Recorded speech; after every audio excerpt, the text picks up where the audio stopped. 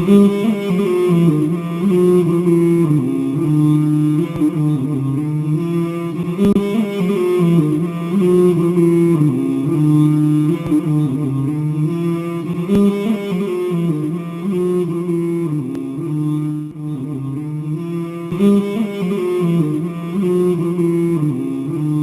پیارے نبی صلی اللہ علیہ وسلم نے اپنی مبارک انگلی سے ریتی میں 4 لکیریں ڈالی اور صحابہ سے پوچھا، اے میرے صحابہ رضی اللہ تعالیٰ عنہم اجمعین، کیا جانتے ہو کہ یہ 4 لکیریں میں نے کیوں ڈالی؟ فرما بردار صحابہ رضی اللہ تعالیٰ عنہم اجمعین نے کہا، اے اللہ کے نبی صلی اللہ علیہ وسلم، اللہ اور اس کے رسول صلی اللہ علیہ وسلم بہتر جانتے ہیں، آپ ہی بتا دیجئے کہ آپ نے لکیریں کیوں ڈالی؟ اللہ کے نبی صلی اللہ علیہ وسلم فرماتے ہیں کہ ان 4 لکیروں میں کی ہر ایک لکیر کائنات کی ایک عظیم عورت کی مثال ہے، اور اللہ کے نزدیک یہ 4 سب سے نیک عورتیں ہیں، اور انشاءاللہ جنت میں سب سے پہلے یہ 4 داخل ہونے والی ہیں۔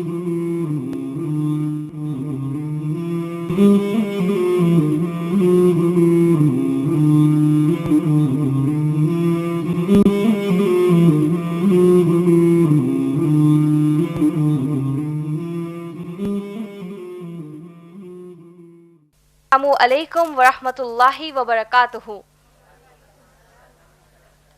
انشاءاللہ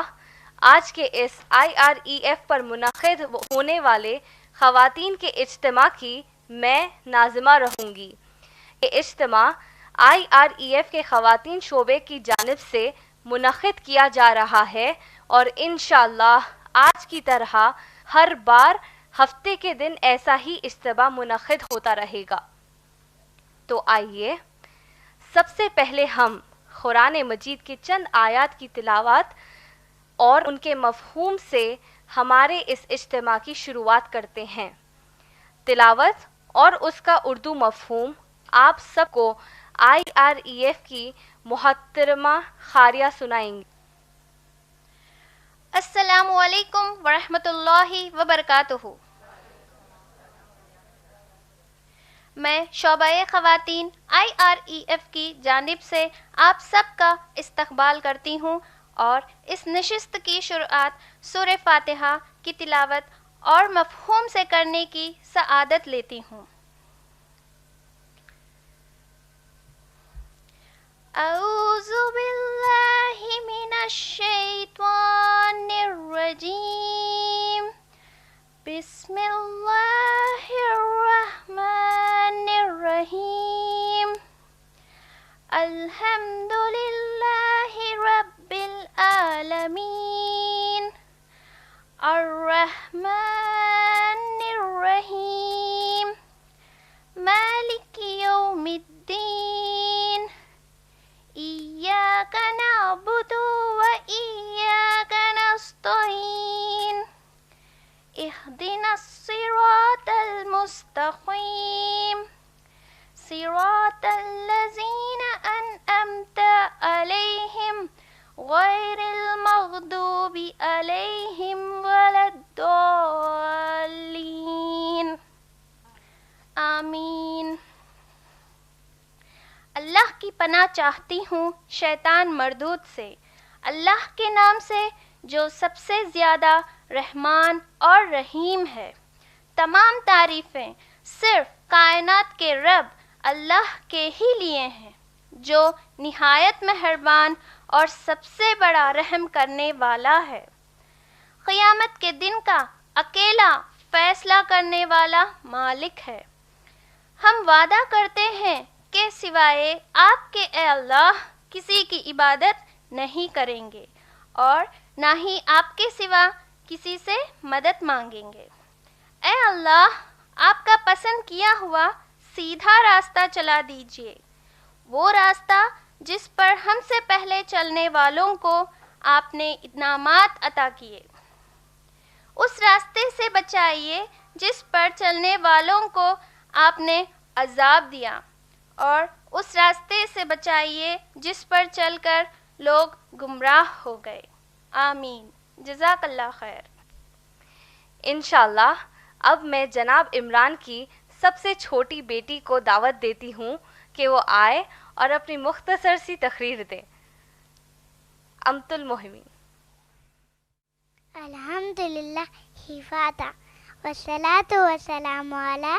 من لا نبی پاتا وعلی آلہ وصحبہ اجمعین، اما بعد، اعوذ باللہ من الشیطان الرجیم، بسم اللہ الرحمن الرحیم۔ Respected Madam of Content and all the sisters in the audience, and welcome all of you with Islamic greetings. Assalamu alaikum rahmatullahi wa barakatuh.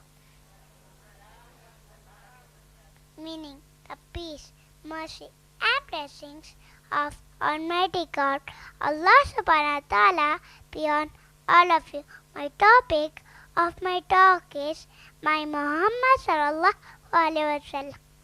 Muhammad sallallahu alaihi wasallam upon Makkah. His father's name was Abdullah. His mother's name was Bibi Amina. Allah subhanahu wa ta'ala has sent many prophets. Prophet Muhammad sallallahu alaihi wasallam is our last prophet. Jazakallah khair. Assalamu alaikum wa rahmatullahi wa barakatuh. بسم اللہ۔ آپ سب کو میں IREF کے شعبے خواتین کی جانب سے تہہ دل سے استقبال کرتے ہوئے IREF کا بنیادی تعارف دینا چاہتی ہوں۔ IREF یعنی Islamic research and educational foundation ایک اسلامی دعوتی ادارہ ہے جس کے بانی و صدر جناب عمران ہیں۔ IREF کی بنیاد ہمارے اس دور کے سب سے مشہور اور معروف مبلغ دین شیخ احمد دیدات رحمۃ اللہ علیہ کے دعوتی کام کے نہج پر رکھا گیا ہے۔ شیخ احمد دیدات مانا جاتا ہے کہ ڈاکٹر ذاکر نائک اور جناب عمران کے استاد ہیں، جن سے متاثر ہو کر ان دونوں نے شیخ احمد دیدات رحمۃ اللہ علیہ کی طرح اسلامک دعوتی کام کی شروعات کی۔ IREF Islamic research and educational foundation اپنے شہر حیدرآباد میں سن 1998 یعنی 1998 عیسوی میں حکومت ہندوستان سے اجازت لے کر شروع کیا گیا ہے۔ الحمدللہ IREF کا بنیادی مقصد ماشاءاللہ اسلام کی تبلیغ اور تشہیر کرنا ہے اور لوگوں کو اسلام کی دعوت پیش کرنا ہے تاکہ غیر مسلمان کلمہ طیبہ پڑھ کر اسلام میں داخل ہوں اور ساتھ ہی ساتھ غلط عمل کرنے والے مسلمان بھی صحیح عمل کرے جو کہ قرآن اور حدیث با فہم اور منہج صحابہ اکرام رضی اللہ تعالی عنہم اجمعین ہو۔ ہر اتوار یعنی ہر سنڈے کو IREF پر مرد و خواتین کے لیے جناب عمران کا انگریزی میں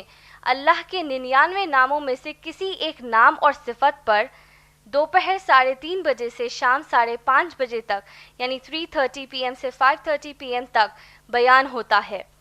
اور اس پہ غیر مسلم مرد اور خواتین بھی شرکت کرتی ہیں۔ ماشاءاللہ آج یعنی 16 جنوری سن 2016 عیسوی سے بروز ہفتہ سے صرف خواتین کے لیے بیانات کا سلسلہ شروع کیا جا رہا ہے۔ آپ کی ہر دل عزیز مقررہ محترمہ امت المتین کی اصل تقریر کے علاوہ خود میں بھی تقریر کیا کروں گی۔ محترمہ امت المتین جولائی 2005 عیسوی یعنی 2005 میں جناب عمران سے دوسری بیوی کی حیثیت سے نکاح کرنے کے بعد سے ہی اللہ کی طرف سے یہ ممکن ہو پایا کہ IREF کا ایک مکمل شعبہ خواتین قائم کیا جا سکے، جس کے ذریعے مخصوص توجہ کے ساتھ خواتین میں دین اسلام کی دعوت کے کام کیا جا سکے۔ الحمدللہ آج محترم امت المتین 5 بچوں کی ماں ہونے کے باوجود کبھی اس بات کا احساس نہیں ہونے دیتی اولاد یا گھریلو ذمہ داری ایک عورت کو دعوت دین کا کام انجام دینے سے رکا سکتی ہے۔ ماشاءاللہ جناب عمران کی طرح محترمہ امت المتین انگریزی اور اردو زبان میں تقاریر کرتی ہیں، اور ان کے تقاریر کے ویڈیوز جناب عمران کے ویڈیوز کے ساتھ آپ لوگ YouTube پر دیکھ سکتے ہیں۔ انشاءاللہ محترمہ امت المتین کی تقریر کے بعد آپ سب لوگ کو ان سے سوال و جواب کا موقع دیا جائے گا، تو آپ لوگ اس وقت ان سے اپنے سوالات کر سکتی ہیں، لیکن تقریر کے دوران نہیں کر سکتی۔ انشاءاللہ اب میں محترمہ امت المتین سے گزارش کرتی ہوں کہ وہ اپنے تقریر بعنوان اللہ کے نزدیک 4 سب سے نیک عورتوں پر اپنی بیان شروع کریں۔ محترمہ امت المتین۔ الحمد للہ وحدہ والصلاة والسلام علی من لا نبی بعدہ وعلی آلہ واصحابہ اجمعین۔ اعوذ باللہ من الشیطان الرجیم، بسم اللہ الرحمن الرحیم۔ وَإِذْ قَالَتِ الْمَلَائِكَةُ يَا مَرْيَمُ إِنَّ اللَّهَ اصْطَفَاكِ وَطَهَّرَكِ وَاصْطَفَاكِ عَلَى نِسَاءِ الْعَالَمِينَ۔ بسم اللہ الرحمن الرحیم۔ رب اشرح لی صدری ویسر لی امری واحلل عقدۃ من لسانی یفقہوا قولی۔ آج کی اس نشست کی ناظمہ سامعات میں موجود بزرگوں کا اور میری بہنوں کا میں اسلامی طریقے سے استقبال کرتی ہوں۔ السلام علیکم ورحمۃ اللہ وبرکاتہ، جس کا معنی ہے آپ سب پر اللہ سبحانہ تعالیٰ کی سلامتی، رحمتیں اور برکتیں ہوں۔ میری آج کی تقریر کا عنوان ہے اللہ کے نزدیک 4 سب سے نیک عورتیں۔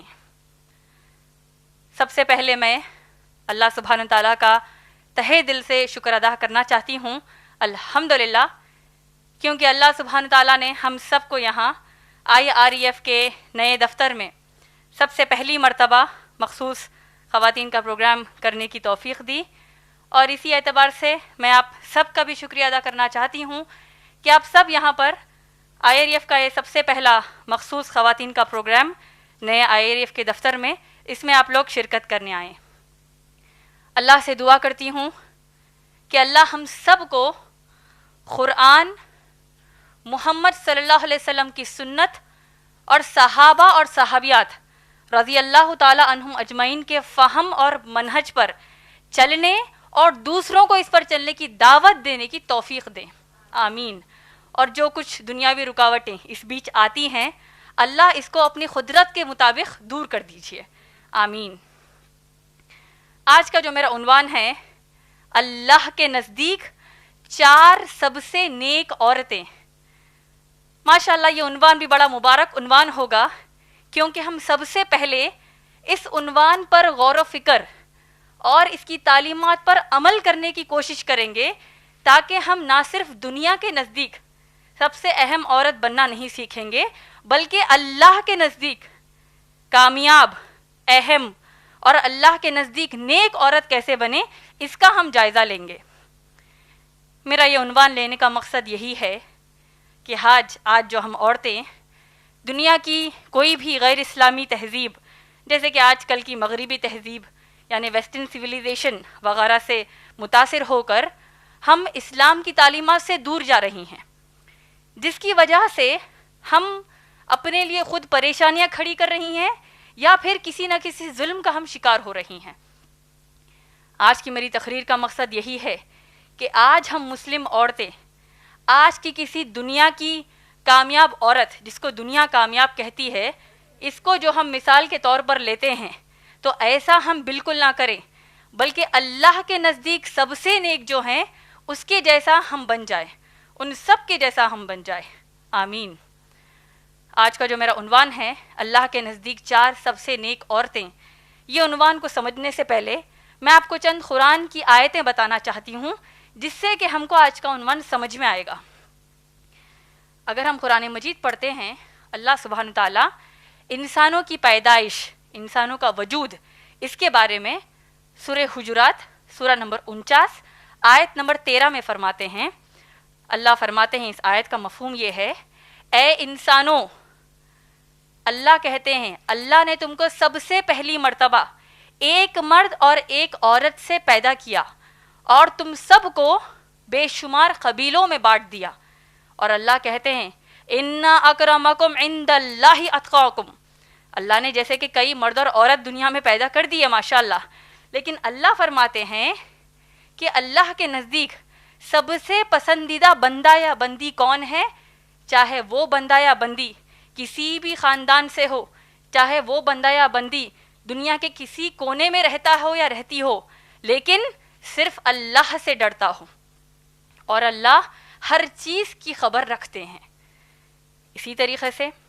اللہ سبحانہ تعالیٰ نے ہم انسانوں کو اپنی زندگی کا مقصد بتایا،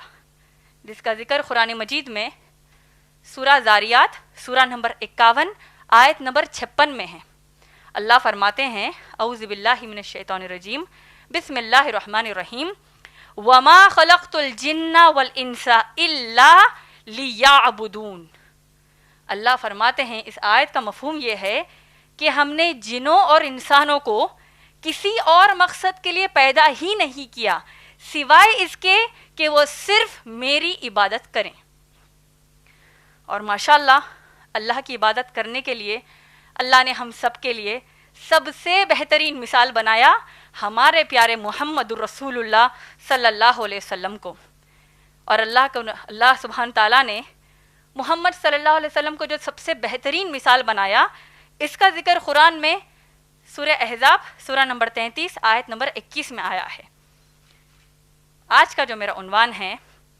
اللہ کے نزدیک 4 سب سے نیک عورتیں، یہ عنوان ہمارے پیارے نبی محمد صلی اللہ علیہ وسلم کی ایک حدیث پر مبنی ہے، جس کا ذکر مسند احمد حدیث کی کتاب جلد نمبر 3 حدیث نمبر 2901 میں آیا ہے۔ ایک واقعہ بیان کیا گیا ہے جہاں پر ہمارے پیارے نبی محمد صلی اللہ علیہ وسلم اپنے چند صحابہ کے ساتھ بیٹھے ہوئے تھے، اور اللہ کے نبی صلی اللہ علیہ وسلم جیسے کہ صحابہ کے ساتھ ریتی پر بیٹھے ہوئے تھے، ہمارے پیارے نبی صلی اللہ علیہ وسلم نے اپنی مبارک انگلی سے ریتی میں 4 لکیریں ڈالی اور صحابہ سے پوچھا، اے میرے صحابہ رضی اللہ تعالیٰ عنہم اجمعین، کیا جانتے ہو کہ یہ 4 لکیریں میں نے کیوں ڈالی؟ فرما بردار صحابہ رضی اللہ تعالیٰ عنہم اجمعین نے کہا، اے اللہ کے نبی صلی اللہ علیہ وسلم،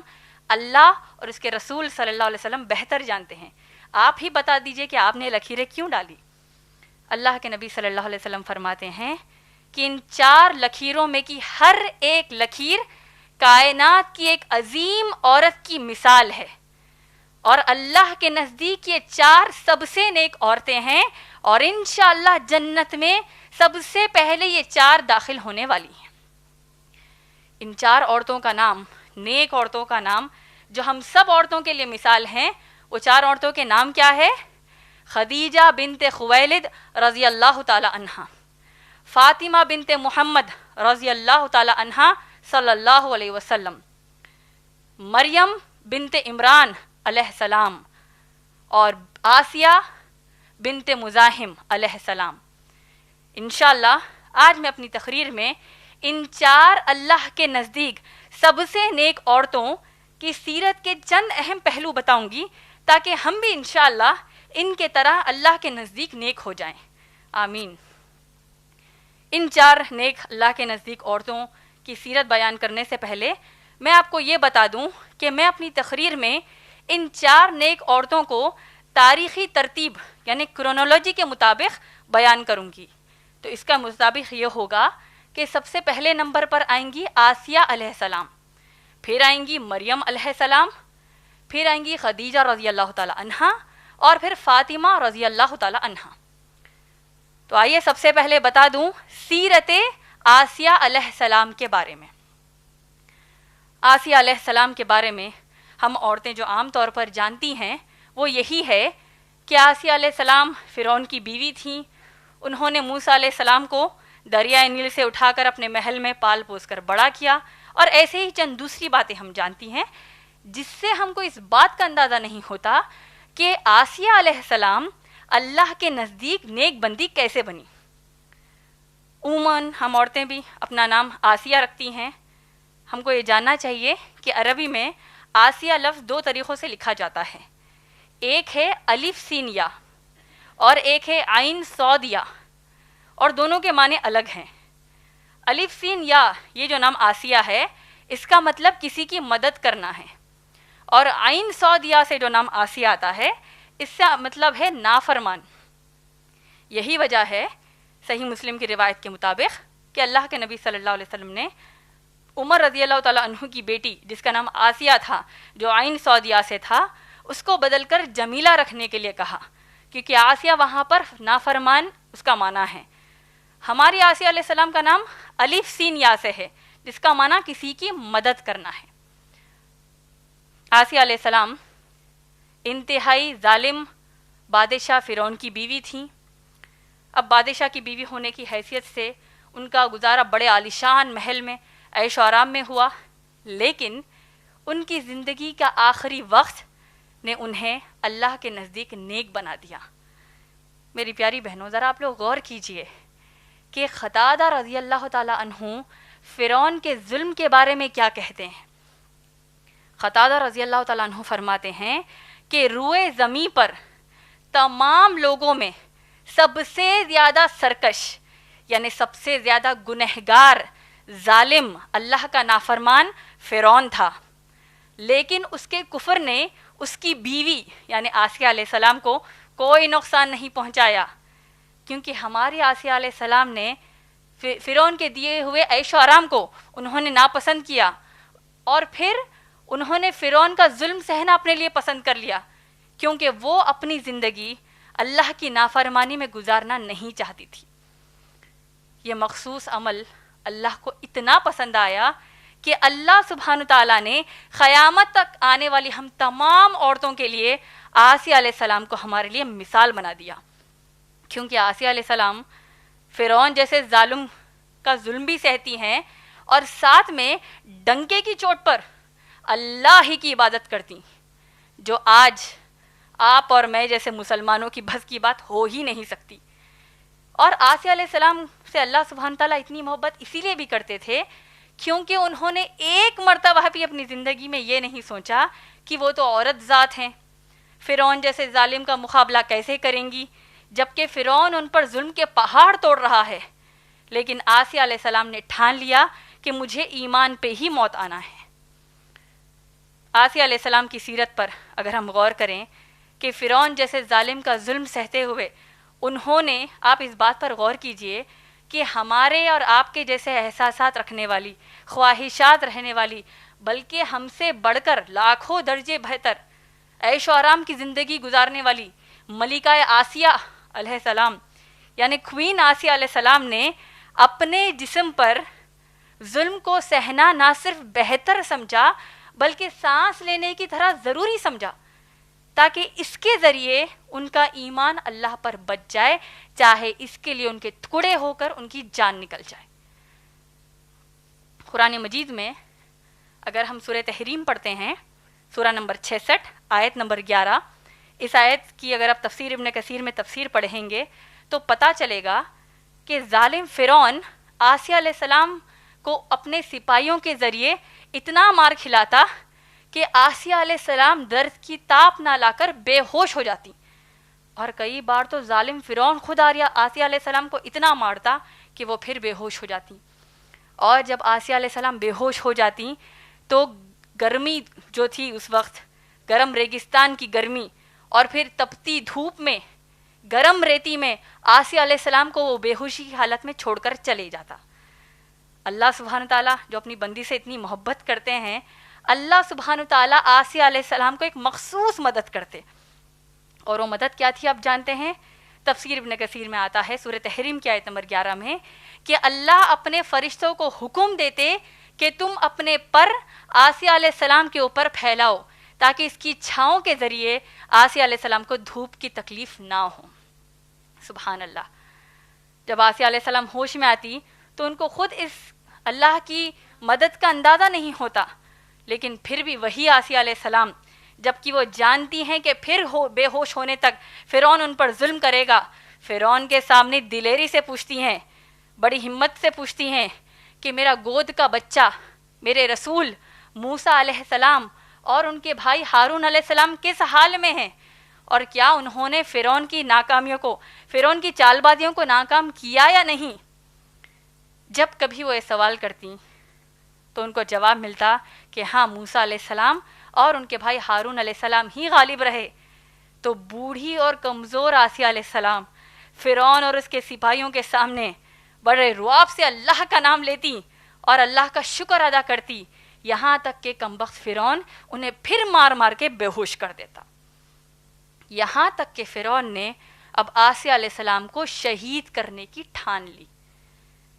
تفسیر ابن کثیر میں اس سورہ تحریم کی آیت نمبر 11 میں آتا ہے کہ فرعون نے اپنے سپاہیوں کو حکم دیا کہ تم ریگستان کا سب سے وزنی پتھر تلاش کر لے کر آؤ، جس کو ہم گنڈو کہتے ہیں یا پھر بولڈر جس کو کہتے ہیں، سب سے بڑا وزنی پتھر لے کر آؤ اور میری بیوی آسیہ علیہ السلام کے سر پر ڈال کر ان کو مار دو۔ جب فرعون کے سپاہی آسیہ علیہ السلام کے پاس گئے، ان کے سر کے پاس گئے، اور ہماری بیوی آسیہ علیہ السلام اس وقت اپنی نگاہیں آسمان کی طرف کری ہوئی تھی، اور اللہ کی یہ مدد ہوئی کہ اللہ اپنی اس بندی سے اتنی محبت کرتے کہ اللہ نے آسیہ علیہ السلام کو ان کا جنت کا محل آسمان میں دکھا دیا۔ اللہ اکبر۔ اور پھر آسیہ علیہ السلام وہ محل دیکھتے ہوئے اللہ سے اتنی پیاری دعا انہوں نے کی کہ اللہ کو وہ دعا اتنی پسند آئی کہ اللہ نے اس کا ذکر اس قرآن میں کیا۔ سورہ تحریم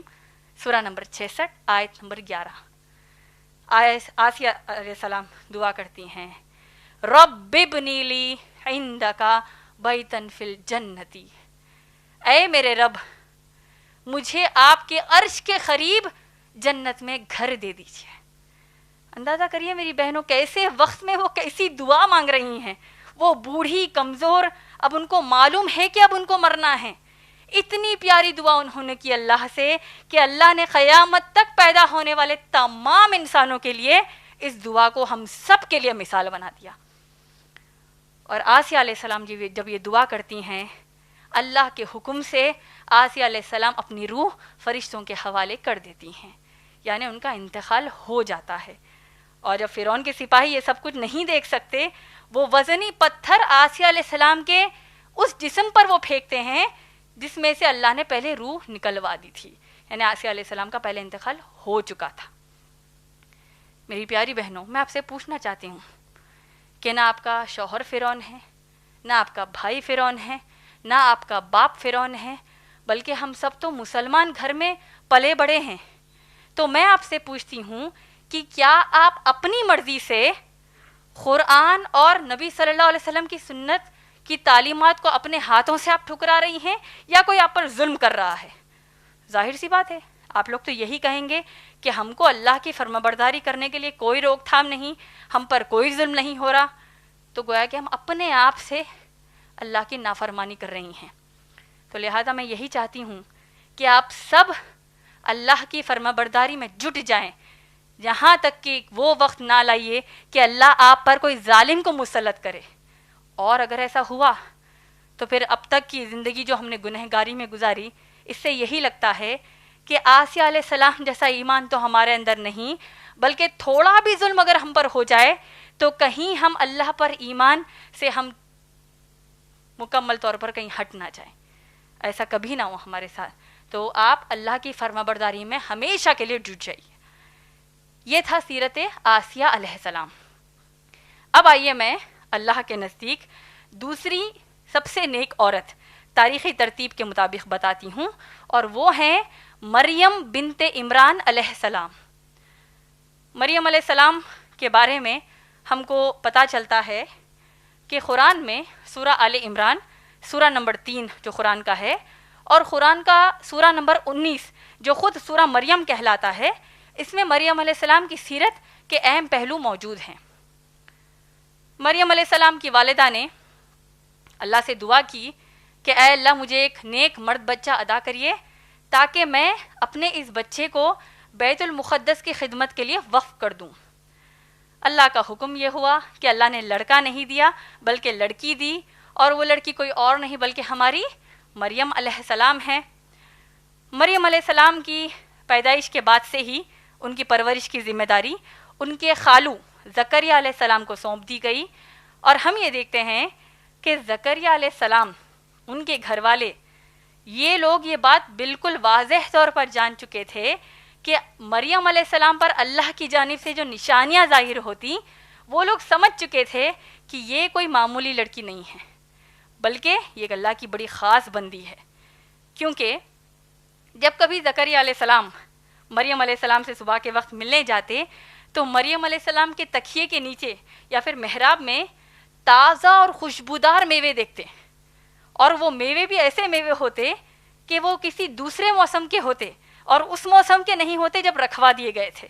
کیونکہ اللہ کا خاص کرم تھا مریم علیہ السلام کے. اللہ سبحانہ تعالیٰ فرشتوں کے ذریعے مریم علیہ السلام کے پاس وہ میوے پہنچا دیتے. اس کا مطلب یہ ہوا، یعنی دوسرے موسم کے میوے ہوتے، اس کا مطلب یہ ہے کہ اگر سرما کا موسم ہے یعنی ونٹر سیزن ہے تو گرما کے موسم کے میوے ہوتے، اور گرما کا موسم ہوتا تو سرما کے موسم کے میوے ہوتے. اب جب ہماری مریم علیہ السلام اتنے بہترین ماحول میں پرورش پا رہی ہیں، ان کو اس بات کا بالکل اندازہ نہیں تھا کہ ان کو ان کی جوانی میں اللہ کس آزمائش سے گزاریں گے، اور کتنا پیارا بیٹا ہوگا ان کا، اور کتنا عظیم رسول ان کو اللہ بیٹے کے طور پر عطا کریں گے. مریم علیہ السلام کی پرورش کو دیکھ کر، مریم علیہ السلام کا جو اللہ پر ایمان تھا، اس کو دیکھ کر زکریا علیہ السلام ان کے خالو جو خود ایک اللہ کے نبی ہیں، وہ اس قدر متاثر ہوئے کہ انہوں نے اللہ سے، جبکہ وہ ضعیفی کی عمر کو پہنچ چکے تھے، انہوں نے اللہ سے نیک لڑکے کی دعا کی،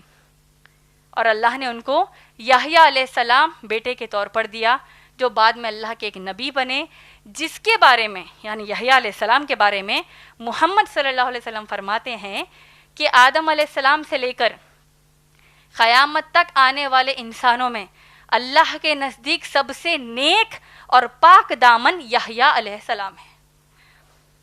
اب مریم علیہ السلام کو اتنا پیارا ماحول، اتنی پیاری پرورش مل رہی ہے، اور ان کو ماشاءاللہ مریم اسی لیے بھی کہا گیا کیونکہ وہ انتہائی گوری اور انتہائی خوبصورت تھیں، اور مریم کہتے بھی ہیں جو انتہائی گورے اور انتہائی خوبصورت ہوتے ہیں.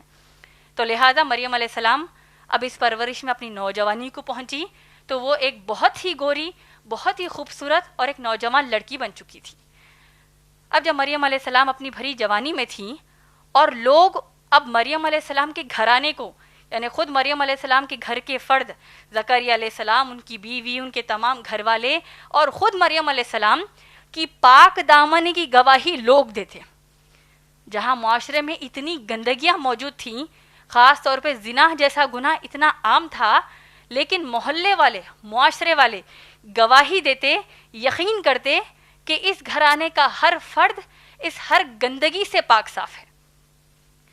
اب مریم علیہ السلام کے بارے میں لوگ اپنی بیٹیوں کو نصیحتیں کرتے،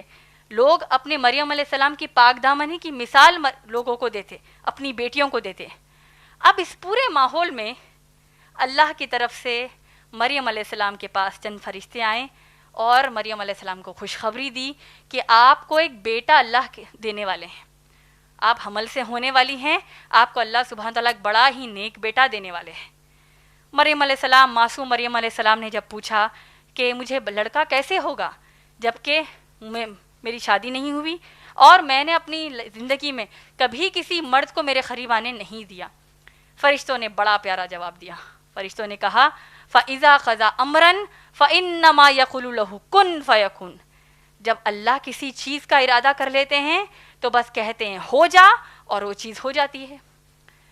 فرشتوں نے مریم علیہ السلام کو کہا کہ آپ کے بیٹے کو اللہ سبحانہ تعالیٰ پیدائش سے ہی اپنا رسول بنا کر بھیجیں گے. آپ کا بیٹا پیدائش سے ہی بڑے لوگوں کی طرح بات چیت کرے گا، آپ کا بیٹا لوگوں کو توحید کی دعوت دے گا، اور دیگر باتیں فرشتوں نے مریم علیہ السلام کو سنائیں. آپ لوگ غور کیجئے کہ اس پورے واقعے میں مریم علیہ السلام پر کیا آزمائش گزری ہوگی. اس کی مثال دے دیتی ہوں. آپ میں سے جو یہاں پر شادی شدہ نہیں ہیں وہ اچانک سے اپنے گھر والوں کے بیچ میں جائیں اور محلے والوں کے بیچ میں جا کر کہیں کہ میں پریگننٹ ہوں، میری شادی نہیں ہوئی اور میں پریگننٹ ہوں، اور آپ اپنے تمام لوگوں سے کٹ کر حمل کے پورے 9 مہینے گزار کے اب بچے کو اپنے گھر والوں اور محلے والوں کے بیچ میں آپ لے کر آئیں، تو لوگ کیا باتیں نہیں کریں گے، کتنی گندی باتیں نہیں کریں گے. پھر آپ کیا رد عمل کی توقع رکھیں گے، کیا ریاکشن ایکسپیکٹ کریں گے؟ لوگ تو گندی ہی باتیں کریں گے. تو اب سوچئے مریم علیہ السلام کو جب یہ خوشخبری اللہ کی طرف سے ملی کہ آپ کو بیٹا ہونے والا ہے، ہماری فرما بردار مریم علیہ السلام جب ان کو پتہ چل گیا کہ ان کو یہ اولاد ہونے والی ہے، اللہ نے کہا کہ اپنی بستی والوں سے کٹ کر، خاندان والوں سے کٹ کر حمل کے 9 مہینے گزارو،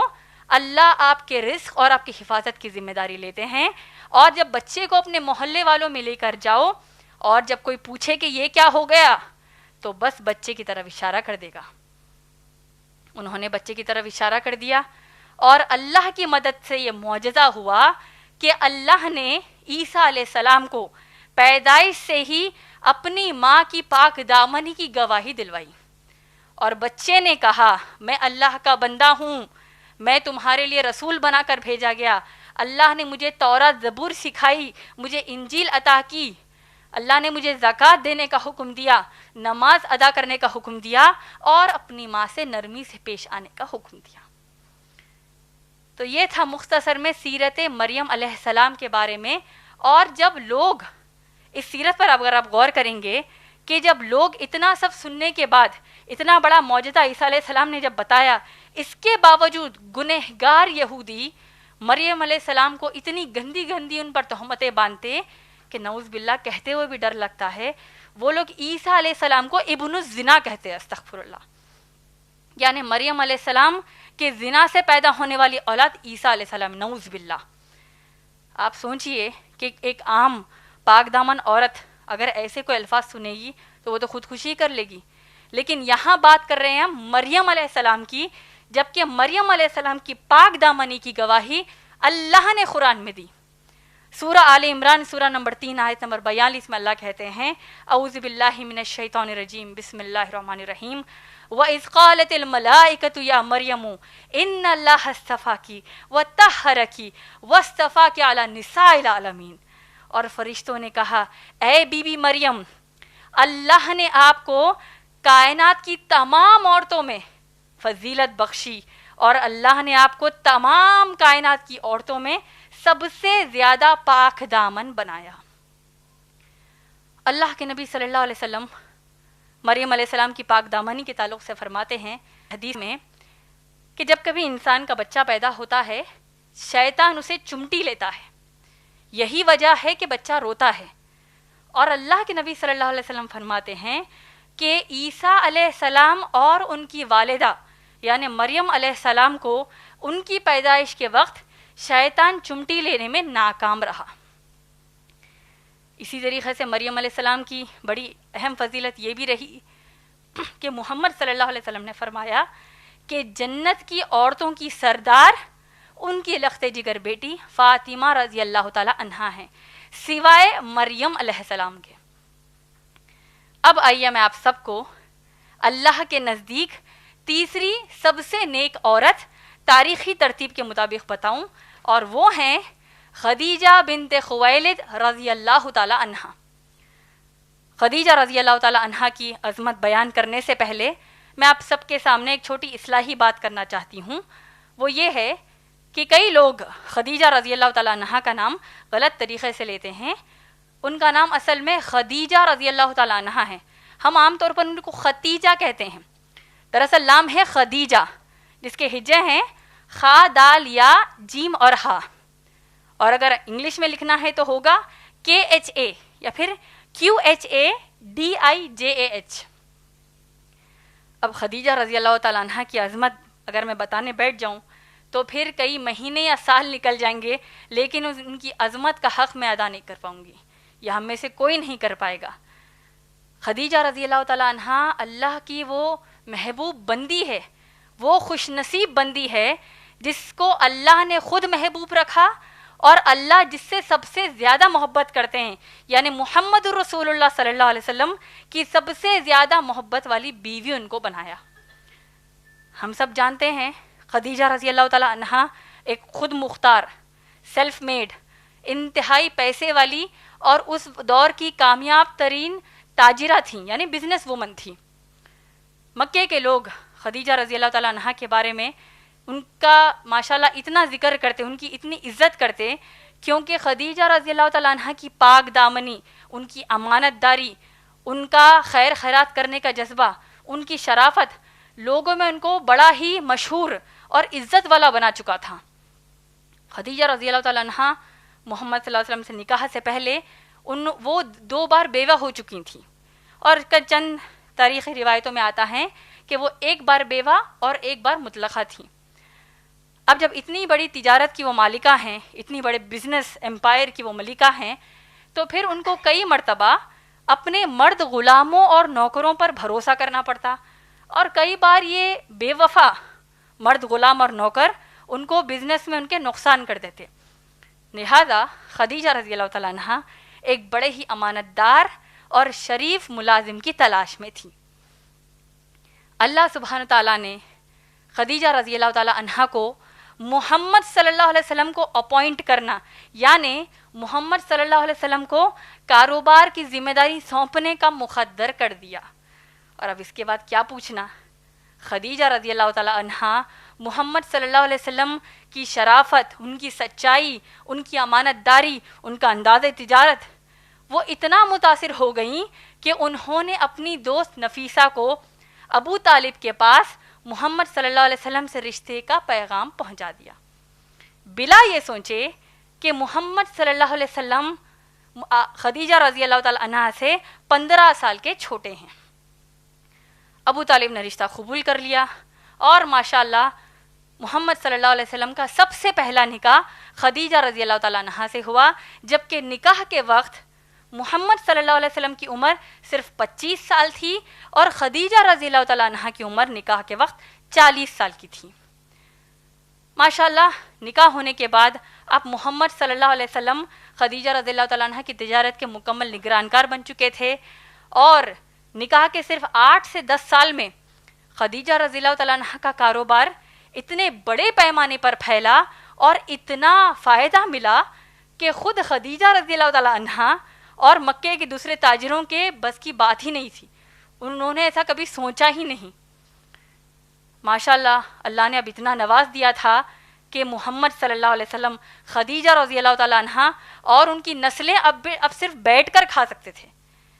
کیونکہ خدیجہ رضی اللہ تعالیٰ عنہ کو محمد صلی اللہ علیہ وسلم سے جو اولاد ہوئی، اور جو ماشاءاللہ پورا ایک ماحول گھر میں بنا ہوا تھا، بڑی امیری، بڑی خوشحالی کا ماحول بنا ہوا تھا، لیکن ہمارے نبی صلی اللہ علیہ وسلم کو مکے کے اندر ہونے والے گناہ اور گنہگاروں کا ماحول دے کر گھٹن محسوس ہونے لگی، یہاں تک کہ انہوں نے اپنی بیوی، پیاری بیوی خدیجہ رضی اللہ تعالیٰ عنہ سے کہا، اے میری بیوی خدیجہ رضی اللہ تعالیٰ عنہ، میں مکے کے اس ماحول میں گھٹن محسوس کرتا ہوں، تو لہٰذا میں اپنا وقت اکیلے میں گزارنا چاہتا ہوں، اور ابراہیم اور اسماعیل علیہ السلام کے رب کو یاد کر کے سکون محسوس کرنا چاہتا ہوں۔ یقیناً خدیجہ رضی اللہ تعالیٰ عنہ ایک بڑی ہی امانت دار، پاک دامن اور فرمانبردار بیوی تھیں، انہوں نے فوری ہاں کر دی، بلا یہ پوچھے اور ایک بار بھی یہ سوال نہیں کیا کہ پھر کاروبار کون سنبھالے گا، بلکہ ان کو اپنے شوہر کی مرضی کی اہمیت، شوہر کی پسند کی اہمیت، شوہر کے سکون کی اہمیت اس قدر فطری طور پر زیادہ تھی کہ انہوں نے ہاں کر دی، اور ان کو یہ بھی معلوم تھا کہ اللہ یعنی ابراہیم اور اسماعیل علیہ السلام کے رب کے سامنے ان کے کاروبار کی کوئی اہمیت نہیں ہے۔ اب جب خدیجہ رضی اللہ تعالیٰ عنہ محمد صلی اللہ علیہ وسلم جب غار حرا کو بار بار جاتے اور ماشاءاللہ سکون اختیار کرنے کی کوشش وہاں کرتے،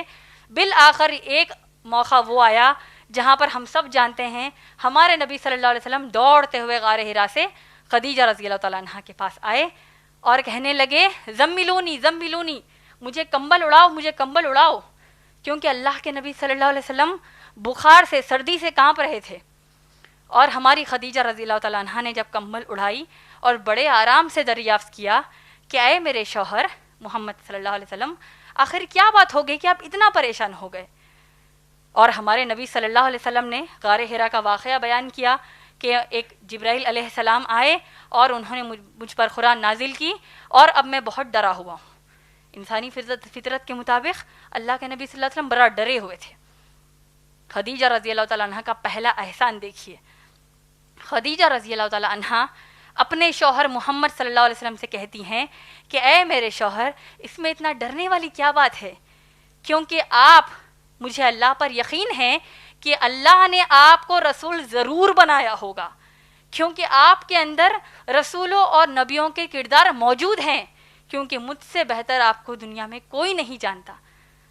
اللہ کے نبی صلی اللہ علیہ وسلم، آپ لوگ غور کیجئے کہ اللہ کے نبی صلی اللہ علیہ وسلم کی کتنی ہمت بنی ہوگی، کتنا بڑا ہمت کا کام خدیجہ رضی اللہ تعالیٰ عنہا نے محمد صلی اللہ علیہ وسلم کو ایسے وقت ساتھ دیا جس کی ہمت بننے پر اللہ کے نبی صلی اللہ علیہ وسلم نے اب ارادہ کیا کہ یہ واقعہ اللہ کی طرف سے ہے، اللہ نے مجھے رسول بنایا۔ اب بار بار غار حرا کو جاتے وحی کے انتظار کے لیے، یعنی پھر سے جبرائیل علیہ السلام آئیں گے اور پھر ماشاءاللہ قرآن نازل ہوگی۔ یہ بات میں آپ کو اس لیے بتا رہی ہوں کیونکہ جب کبھی نبی صلی اللہ علیہ وسلم غار حرا کو جاتے، وہ پہاڑ چڑھ کر غار کے اندر جاتے، ہماری بیوی بی خدیجہ رضی اللہ تعالیٰ عنہا توشہ تیار کر کے غار حرا کو چڑھ کے جاتی۔ اگر آج آپ اور میں غار حرا کے پہاڑ پر چڑھیں گے تو تھک کر بے دمی ہو جائیں گے، اس کے باوجود کہ سعودی حکومت نے باضابطہ 1000 سیڑھیاں اس پر لگائی ہوئی ہیں۔ لیکن سب سے اہم بات یہ ہے کہ ہماری بیوی خدیجہ رضی اللہ تعالی عنہا جب غار حرا پر چڑھ کے جاتی، اس پہاڑ چڑھ کے غار حرا میں جاتی توشہ لے کر، تو ان کی عمر 55 ایئرس تھی، 55 سال کی وہ تھیں، لیکن اللہ پر ایمان اور اپنے شوہر محمد صلی اللہ علیہ وسلم کی خدمت نے ان کو ان کی عمر بھلا دیا، اور اللہ کو ان کا یہ عمل اتنا پسند آیا، اللہ اپنی اس بندی سے اتنی محبت کیے کہ اللہ نے خدیجہ رضی اللہ تعالیٰ عنہا کو ان کے زندہ رہتے وقت ہی بڑا عظیم تحفہ خدیجہ رضی اللہ تعالیٰ عنہا کو دیا۔ اب جانتے ہیں وہ تحفہ کیا ہے؟ صحیح بخاری کی حدیث جلد نمبر 9 حدیث نمبر 7497 میں آتا ہے کہ اللہ کے نبی صلی اللہ علیہ وسلم ایک مرتبہ غار حرا میں جبرائیل علیہ السلام کے ساتھ ٹھہرے ہوئے تھے، اور جبرائیل علیہ السلام نے محمد صلی اللہ علیہ وسلم سے کہا کہ اے محمد صلی اللہ علیہ وسلم، آپ کی بیوی خدیجہ رضی اللہ تعالی عنہا غار حرا کا پہاڑ چڑھ کے آپ کے پاس توشہ دینے آنے والی ہیں، تو لہٰذا اے اللہ کے نبی صلی اللہ علیہ وسلم میرا پیغام ان تک پہنچا دیجئے کہ اے نبی صلی اللہ علیہ وسلم، آج میں اللہ کی جانب سے صرف اسی لیے آیا ہوں کہ رب العالمین اللہ سبحانہ تعالیٰ آپ کی بیوی خدیجہ رضی اللہ تعالی عنہا کو سلام کہتے ہیں۔ اللہ اکبر۔ اور اے اللہ کے نبی صلی اللہ علیہ وسلم، میرا بھی سلام خدیجہ رضی اللہ تعالی عنہا تک پہنچا دینا اور انہیں خوشخبری دینا کہ اللہ نے ان کے لیے جنت میں قصب کا محل تیار رکھا ہے، جو جنت کی سب سے بڑے موتیوں سے بنا ہوا ہے، اور اس محل کی سب سے خاص بات یہ ہے کہ اس میں نہ تھکان ہوگی اور نہ ہی شور شرابہ، بلکہ سکون ہی سکون ہوگا۔ آپ لوگ غور کیجئے کہ اللہ جانتے تھے کہ خدیجہ رضی اللہ تعالیٰ عنہا 55 سال کی عورت اللہ کے نبی صلی اللہ علیہ وسلم کی خدمت کرتے وہ اتنا تھک جاتی تھیں، لیکن انہوں نے اپنی تھکان کو محمد صلی اللہ علیہ وسلم کے پاس کبھی ظاہر نہیں کیا، احساس کبھی ہونے نہیں دیا۔ لیکن آپ غور کیجئے خدیجہ رضی اللہ تعالیٰ عنہا اپنی تھکان اللہ سے کیسے چھپاتی، جبکہ اللہ تو الرحمن اور الرحیم ہے، اور اللہ اپنے بندے کے نیک عمل کو جب تک اجر دیے نہیں چھوڑتے۔ خدیجہ رضی اللہ تعالیٰ عنہا کو جو اولاد ہوئی، 4 بیٹیاں اور 2 بیٹے، محمد صلی اللہ علیہ وسلم سے 2 بیٹے قاسم اور عبداللہ، یہ لوگ بچپن میں ہی ان کا انتقال ہو چکا۔ 4 جو بیٹیاں ہیں، رقیہ، ام کلثوم، زینب اور بی بی فاطمہ رضی اللہ تعالیٰ عنہم اجمعین، یہ 4 بیٹیاں ان کو ہوئی ماشاءاللہ۔ اور اس کے علاوہ محمد صلی اللہ علیہ وسلم کو ان کی ایک بیوی ماریہ قبطیہ رضی اللہ تعالیٰ عنہا سے ایک لڑکا پیدا ہوا جس کا نام ابراہیم ہے، لیکن وہ بھی ابراہیم رضی اللہ تعالیٰ عنہ بھی اپنی پیدائش کے بعد تھوڑے دنوں کے بعد ہی ان کا انتقال ہو گیا۔ خدیجہ رضی اللہ تعالیٰ عنہا کے بارے میں قرآن مجید میں ہم دیکھتے ہیں اللہ سبحانہ تعالیٰ نے محمد صلی اللہ علیہ وسلم کی بیویوں کو امت کی مائیں کہا ہے، جس کا ذکر سورہ احزاب سورہ نمبر 33 آیت نمبر 6 میں آیا ہے کہ اللہ سبحانہ تعالیٰ نے فرمایا کہ اے نبی صلی اللہ علیہ وسلم، آپ کی بیویاں تمام مسلمانوں کی ماؤں کی طرح ہے۔ تو گویا ہماری خدیجہ رضی اللہ تعالیٰ عنہا کو امت کی سب سے پہلی مسلمان، یعنی امت محمد صلی اللہ علیہ وسلم میں لا الہ الا اللہ محمد الرسول اللہ صلی اللہ علیہ وسلم، یہ کلمہ پڑھنے والی سب سے پہلی امتی ہماری ماں خدیجہ رضی اللہ تعالیٰ عنہا ہیں۔ اور اس کے ساتھ ساتھ پوری امت کی سب سے پہلی ماں بھی خدیجہ رضی اللہ تعالیٰ عنہا ہے۔ خدیجہ رضی اللہ تعالیٰ عنہا کے تعلق سے ان کی عظمت بیان کرتے ہوئے 2 احادیث اور 1 آیت بتاتے ہوئے خدیجہ رضی اللہ تعالیٰ عنہا کی عظمت کو انشاءاللہ یہیں مکمل کر دوں گی۔ خدیجہ رضی اللہ تعالیٰ عنہا کے تعلق سے محمد صلی اللہ علیہ وسلم کی جو ایک اور بیوی ہیں جن کا نام عائشہ رضی اللہ تعالیٰ عنہا ہیں، وہ فرماتی ہیں کہ مجھے میری کسی سوتن سے جلن نہیں ہوئی سوائے خدیجہ رضی اللہ تعالیٰ عنہا کے، کیونکہ اللہ کے نبی صلی اللہ علیہ وسلم ان کا اتنا ذکر کرتے کہ ایک مرتبہ میں نے جذبے میں پوچھ ہی لیا کہ اے اللہ کے نبی صلی اللہ علیہ وسلم، کیا خدیجہ رضی اللہ تعالیٰ عنہا کے علاوہ آپ کسی اور کے بارے میں نہیں سوچ سکتے؟ سبحان اللہ، نبی صلی اللہ علیہ وسلم نے اتنا پیارا جواب دیا، کہا اے عائشہ رضی اللہ تعالیٰ عنہا، اللہ نے میرے دل میں خدیجہ رضی اللہ تعالیٰ عنہا کی محبت بھر دی ہے۔ سبحان اللہ۔ خدیجہ رضی اللہ تعالیٰ عنہا کے تعلق سے محمد صلی اللہ علیہ وسلم اپنی بیوی عائشہ رضی اللہ تعالیٰ عنہا سے فرماتے ہیں، او عائشہ رضی اللہ تعالیٰ عنہا، میری خدیجہ وہ خدیجہ ہے رضی اللہ تعالیٰ عنہا کہ اس نے سب سے پہلے مجھے سپورٹ کیا، اس نے سب سے پہلے، جبکہ مکے والے میرے خلاف تھے، مکے والوں نے مجھے اتنی تکالیف مجھ پر گزاری، یہاں تک کہ تمہارے قبیلے والے میرے خلاف تھے، مجھے ایسا لگتا کہ پوری دنیا میرے خلاف ہے، ایسے حالات میں میری سب سے پیاری بیوی خدیجہ رضی اللہ تعالیٰ عنہا، میں نے اس سے زیادہ مجھ سے محبت کرنے والی بیوی آج تک نہیں دیکھی۔ اس نے اپنا پورا مال، اپنی دولت اللہ کے دین کی دعوت کے لیے وقف کر دی، اور اس نے میرے ساتھ اتنی تکالیف جھیلی کہ یہاں تک کہ وہ موت کے گھاٹ کو اتر گئی، اور اللہ نے مجھے اولاد بھی تو خدیجہ رضی اللہ تعالیٰ عنہا سے دی ہے۔ آپ لوگ غور کریے کہ خدیجہ رضی اللہ تعالیٰ عنہا کی زندگی میں، یعنی ہمارے نبی صلی اللہ علیہ وسلم کی زندگی میں ایک بڑا اہم واقعہ قرآن مجید کے نزول کے شروع کے سالوں میں ہوا ہے، اور وہ ہے شیبہ کی وادی کا واقعہ۔ جب کفار مکہ نے دیکھا کہ توحید کا کام بہت بڑھ چڑھ کر اللہ کے نبی صلی اللہ علیہ وسلم کر رہے ہیں، اور ہماری خدیجہ رضی اللہ تعالیٰ عنہا دیکھتی ہیں کہ محمد صلی اللہ علیہ وسلم اب صرف توحید کے کام پر لگے ہوئے ہیں، وہ کاروبار کو بھی چھوڑ چکے ہیں، تو ہماری خدیجہ رضی اللہ تعالیٰ عنہا کہتی ہیں کہ اے میرے شوہر محمد صلی اللہ علیہ وسلم، آپ اس توحید کی دعوت کے کام کے لیے جو کچھ میرے تجارت سے، کاروبار سے اب تک کمائی ہوئی ہے، اسے اللہ کی توحید کے لیے وقف کر دیجئے، اور آپ بھی پلیز اس کو استعمال کریے۔ یہ وہ جذبہ خدیجہ رضی اللہ تعالیٰ عنہا کا تھا، یہاں تک کہ کفار مکہ محمد صلی اللہ علیہ وسلم، خدیجہ رضی اللہ تعالیٰ عنہا، ان کے تمام بچے اور ابو طالب کے دوسرے گھر والوں کو شیبہ کی وادی میں حصار کر دیا تھا، یعنی گھیر لیا تھا، تاکہ کوئی کھانے پینے کی چیز ان تک نہ پہنچے۔ آپ لوگ تعجب کریں گے جان کر کہ ہمارے پیارے نبی صلی اللہ علیہ وسلم، خدیجہ رضی اللہ تعالیٰ عنہ اور ان کے بچے پتے کھا کر گزارا کرتے، لیکن خدیجہ رضی اللہ تعالیٰ عنہ نے اتنے سخت تکالیف میں ایک مرتبہ بھی اپنے چہرے پر انہوں نے مسکراہٹ کو نہیں چھوڑا، اور بار بار محمد صلی اللہ علیہ وسلم سے کہتی کہ اللہ ہماری مدد ضرور کریں گے، اور اے میرے شوہر، میرے پیارے نبی صلی اللہ علیہ وسلم، آپ حق پر ہیں۔ یہاں تک کہ محمد صلی اللہ علیہ وسلم فرماتے ہیں کہ شیبہ کی وادی کی تکالیف سے میری خدیجہ رضی اللہ تعالیٰ عنہ بیمار ہو چکی، یہاں تک کہ وہ اللہ کو پیاری ہو گئی۔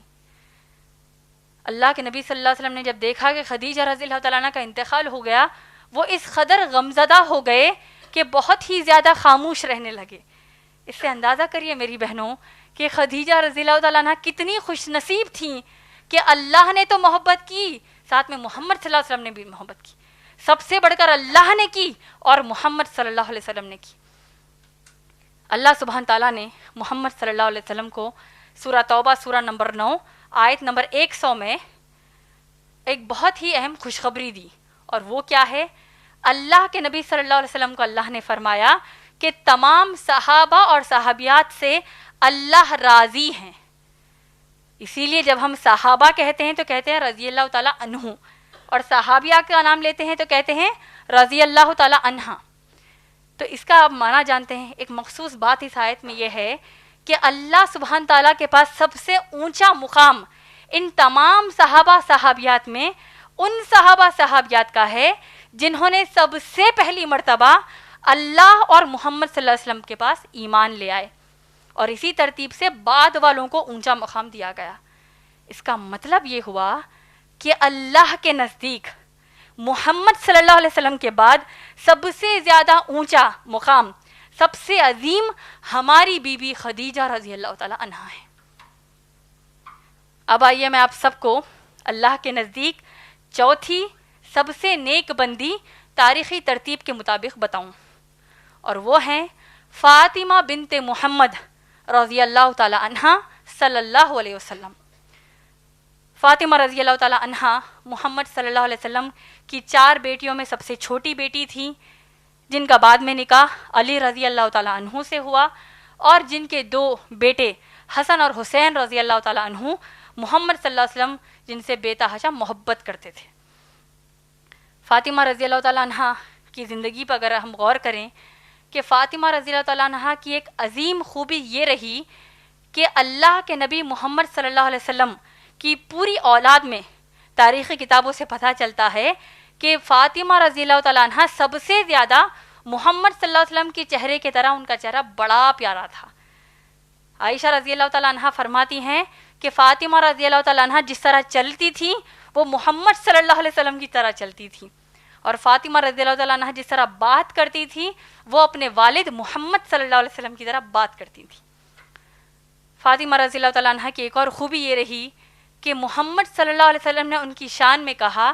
کہ جس نے فاطمہ رضی اللہ تعالیٰ عنہ سے محبت کی اس نے مجھ سے محبت کی، جس نے فاطمہ رضی اللہ تعالیٰ عنہ کو تکلیف دی اس نے مجھے تکلیف دی۔ تاریخی کتابوں سے پتہ چلتا ہے جو ہم سب کے لیے ایک بہت ہی بڑا لیسن ہے، وہ یہ کہ فاطمہ رضی اللہ تعالیٰ عنہ جب محمد صلی اللہ علیہ وسلم پر شیبہ کی وادی کی 3 سال کی تکالیف ہوئیں، جس میں خدیجہ رضی اللہ تعالیٰ عنہ کا بعد میں انتقال اس تکلیف سے ہوا، خود فاطمہ رضی اللہ تعالیٰ عنہ کا بھی انتقال اس واقعے کے بعد ہوا، جبکہ ان کی عمر وہ وقت صرف 6 سے 7 سال تھی۔ جب وہ اتنی بیمار ہوگی 6 سے 7 سال میں، اور ان کے انتقال کی وجہ یہ شیبہ کی وادی کے تکالیف ہوئے، جبکہ فاطمہ رضی اللہ تعالیٰ عنہ کا انتقال محمد صلی اللہ علیہ وسلم کے انتقال کے 6 مہینے کے بعد ہوا۔ فاطمہ رضی اللہ تعالیٰ عنہ کی ایک اور خوبی یہ ہے کہ ام سلامہ رضی اللہ تعالیٰ عنہ ایک محمد صلی اللہ علیہ وسلم کی بیوی فرماتی ہیں کہ فتح مکہ کے بعد جب اللہ کے نبی صلی اللہ علیہ وسلم اپنی بیویوں کے ساتھ بیٹھے ہوئے تھے، اپنی لخت جگر فاطمہ رضی اللہ تعالیٰ عنہ کو بلایا، فاطمہ رضی اللہ تعالیٰ عنہ کے کان میں 2 راز کہے، جیسے ایک راز پر فاطمہ رضی اللہ تعالیٰ عنہ وہ رو پڑی، دوسرے راز پر وہ ہنس پڑی۔ ام سلامہ رضی اللہ تعالیٰ عنہ پوچھتی ہیں فاطمہ رضی اللہ تعالیٰ عنہ سے محمد صلی اللہ علیہ وسلم کے انتقال کے بعد کہ وہ کیا بات تھی جو آپ کے بابا محمد صلی اللہ علیہ وسلم نے کر دی کہ پہلے راز پر آپ رو پڑی اور دوسرے راز پر ہنس پڑی۔ فاطمہ رضی اللہ تعالیٰ عنہ فرماتی ہیں کہ میرے بابا میرے نبی محمد صلی اللہ علیہ وسلم نے کہا، اے میری بیٹی، میرے موت کا وقت قریب آ چکا ہے، میں بہت جلد اس دنیا سے جانے والا ہوں، جس پر فاطمہ رضی اللہ تعالیٰ عنہ کہتی ہیں کہ میں رو پڑی۔ اور بعد میں میرے بابا محمد صلی اللہ علیہ وسلم نے فرمایا کہ محمد صلی اللہ علیہ وسلم نے کہا، اے میری بچی فاطمہ رضی اللہ تعالیٰ عنہ، جنت کی عورتوں کی سردار آپ رہیں گی، جس کے اوپر میں ہنس پڑی۔ فاطمہ رضی اللہ تعالیٰ عنہ اتنی زیادہ خوبیوں والی ایک عورت تھی ماشاءاللہ، جہاں پر وہ فرما بردار بیٹی کا کردار نبھا رہی ہیں، وہاں فرما بردار بیوی کا بھی نبھا رہی ہیں، اور پھر ایک بے مثال ماں کا بھی زبردست کردار نبھا رہی ہیں۔ تو آپ لوگ سوچئے کہ اتنی خوبیاں وہ ایک ساتھ کیسے رکھ رہی ہیں۔ ان کی سب سے بڑی خوبی یہ رہی کہ فاطمہ رضی اللہ تعالیٰ عنہ کو اتنے پیارے ماں باپ ملے کہ وہ اپنے ماں باپ کی سب سے زیادہ فرمانبردار بیٹی بن گئی۔ تمام بیٹیاں اللہ کے رسول صلی اللہ علیہ وسلم کی فرمانبرداری کرتی ہیں، فاطمہ رضی اللہ تعالیٰ عنہ بھی اپنے ماں باپ کی بڑی فرمانبرداری کرتی۔ ان کے ماں باپ بھی کون ہیں؟ خدیجہ رضی اللہ تعالیٰ عنہ جیسی ماں، تو محمد رسول اللہ صلی اللہ علیہ وسلم جیسے باپ، اور وہ اپنے شوہر کی اتنی فرمانبردار بیوی تھیں کہ اور ان کو شوہر بھی کون ملے؟ علی رضی اللہ تعالیٰ عنہ جیسے شوہر، اور وہ جانثار اللہ کے نبی صلی اللہ علیہ وسلم کے نواسے حسن اور حسین رضی اللہ تعالیٰ عنہ کی ماں بھی بنی۔ فاطمہ رضی اللہ تعالیٰ عنہ کا اگر ہم 2 واقعے سنیں گے تو ہم عورتوں کے لیے آج کل کے ماحول میں خاص طور پر بڑی ہی نصیحت ہو جائے گی۔ فاطمہ رضی اللہ تعالیٰ عنہ ایک مرتبہ اپنے شوہر علی رضی اللہ تعالیٰ عنہ سے بحث و تکرار کے بعد لوٹ کر اپنے باپ محمد صلی اللہ علیہ وسلم کے گھر کو آئیں۔ محمد صلی اللہ علیہ وسلم نے چہرے سے اندازہ لگا لیا کہ کچھ گڑبڑ ہو گئی، اور فوری اپنی لڑکی سے پوچھا، بیٹی سے پوچھا کہ تمہارے شوہر علی رضی اللہ تعالیٰ عنہ کہاں پر ہیں؟ فاطمہ رضی اللہ تعالیٰ عنہ نے کہا کہ میری ان سے بحث و تکرار ہو گئی اور وہ گھر سے باہر نکل گئے۔ یہ سننا ہی تھا کہ محمد صلی اللہ علیہ وسلم نے کہا کہ لوٹ جاؤ اور اپنے شوہر کے ساتھ آنا۔ ایک فرمانبردار بیٹی کے ناطے فاطمہ رضی اللہ تعالیٰ عنہ اپنے شوہر کو منا کر محمد صلی اللہ علیہ وسلم کے پاس لے کر آتی ہیں، اور اللہ کے نبی صلی اللہ علیہ وسلم دونوں کو آتا دیکھ کر بڑے خوش ہو جاتے ہیں، لیکن اپنی بیٹی سے کہتے ہیں، اے فاطمہ رضی اللہ تعالیٰ عنہ، اگر تو یہاں سے لوٹتے وقت اگر تو موت کے حوالے ہو جاتی تو شاید تیرا باپ یعنی میں نماز جنازہ نہیں پڑھا تھا، کیونکہ تم نے اپنے شوہر کو ناراض کیا اور پھر یہاں پر آئی تھی۔ اس سے ہم کو تربیت یہ ملی کہ اللہ کے نبی صلی اللہ علیہ وسلم شوہر کی مرضی اور شوہر کی رضامندی کی اہمیت بتا رہے ہیں۔ اسی طریقے سے فاطمہ رضی اللہ تعالیٰ عنہ ایک مرتبہ اپنے باپ محمد صلی اللہ علیہ وسلم نبی صلی اللہ علیہ وسلم کے پاس آتی ہیں اور کہتی ہیں، اے میرے بابا محمد صلی اللہ علیہ وسلم، مجھے میرے شوہر علی رضی اللہ تعالیٰ عنہ نے بھیجا تاکہ میں اپنے گھر کے لیے آپ کے پاس سے کوئی غلام یا نوکر لے آؤں جو میرے بابا آپ کے پاس جہاد میں قید ہو کر آئے ہیں۔ ہمارے پیارے نبی صلی اللہ علیہ وسلم نے اتنی پیاری نصیحت کی جو ہم سب کے لیے کام آنے والی نصیحت ہے۔ اللہ کے نبی صلی اللہ علیہ وسلم نے کہا کہ اے میری بیٹی فاطمہ رضی اللہ تعالیٰ عنہ، کیا میں تمہیں ایک ایسا وظیفہ نہ سکھاؤں جو تمہارے لیے ایک نوکر سے بہتر ہوگا، جس کا ذکر صحیح بخاری حدیث نمبر 3113 میں آیا ہے۔ اللہ کے نبی صلی اللہ علیہ وسلم فرماتے ہیں کہ تم سونے سے پہلے، رات کو سونے سے پہلے 34 مرتبہ اللہ اکبر پڑھو، 33 مرتبہ الحمدللہ پڑھو اور 33 مرتبہ سبحان اللہ پڑھو، یہ تمہارے لیے نوکر سے بہتر ہوگا۔